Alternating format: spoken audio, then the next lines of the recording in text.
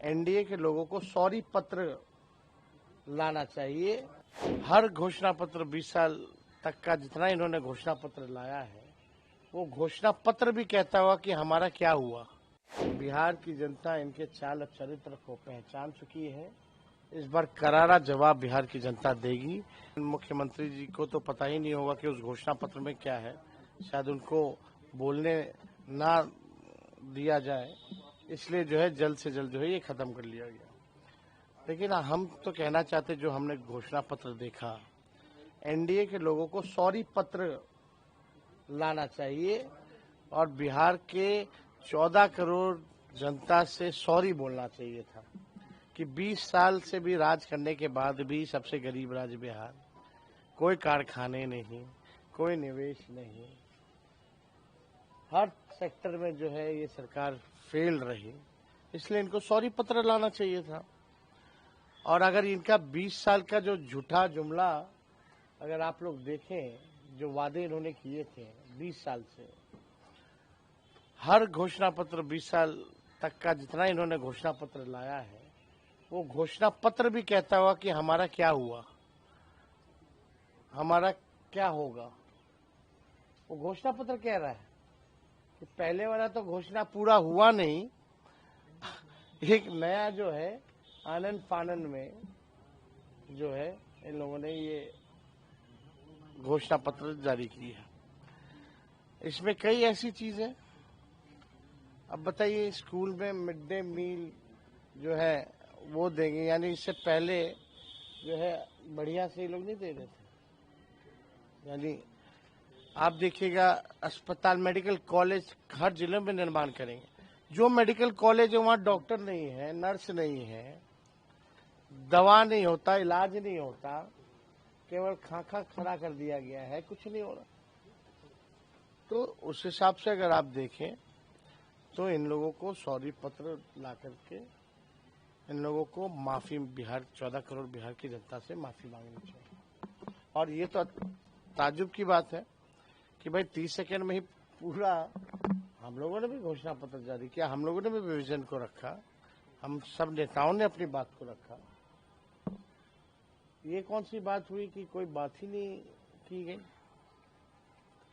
तो बड़ा अजब और गजब का आज का इनका घोषणा पत्र का समारोह जो था वो देखने को मिला।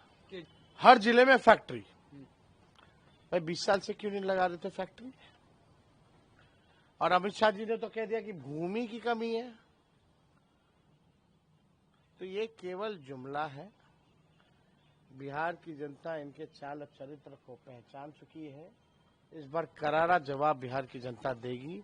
महागठबंधन की सरकार बनेगी और बिहार के लोग बेरोजगारी को खत्म करना चाहते हैं। इन लोगों ने इतना बेरोजगारी, महंगाई, गरीबी बढ़ा दी।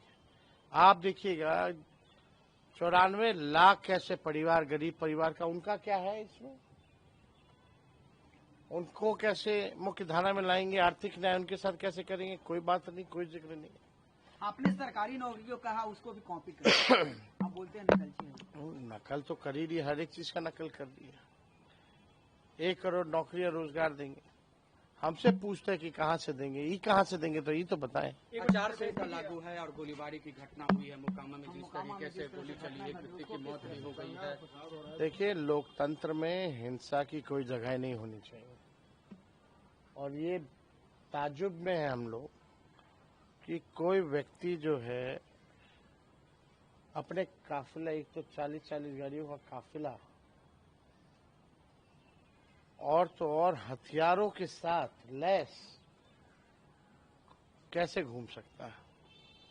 इलेक्शन कमीशन क्या कर रही है, प्रशासन क्या कर रहा है, अब तक क्या कार्रवाई की गई है। हत्या हुआ है, कई गवाह हैं, एफआईआर हुआ है, चश्मदीदों ने घटना जो है वो बताई है कि किसने किया, कौन कराया, किसने गोली मारी, किसने गाड़ी से रौंदा। लेकिन प्रशासन के लोग चुप है, कोई कार्रवाई नहीं की गई। यही है ना, गुंडों को, अपराधियों को संरक्षण कौन दे रहा है, और जंगल राज की बात कर रहे हैं ये लोग। जिन लोगों ने अपराधियों को पाला पोसा बड़ा किया, केवल अपनी कुर्सी बचाने के लिए इस्तेमाल कर रहे हैं जो लोग, आज उन लोगों को संरक्षण दिया जा रहा है और वही लोग जंगल राज की बात कर रहे हैं। इलेक्शन कमीशन को तो संज्ञान लेना चाहिए, सुमोटो लेना चाहिए कि ये कैसे हुआ, किस अधिकारी पे कार्रवाई हुई, एक पुलिसकर्मी पे, कोई डीएसपी एसपी के पे कोई कार्रवाई नहीं की गई। तो आप समझ जाइए बिहार में स्थिति क्या है।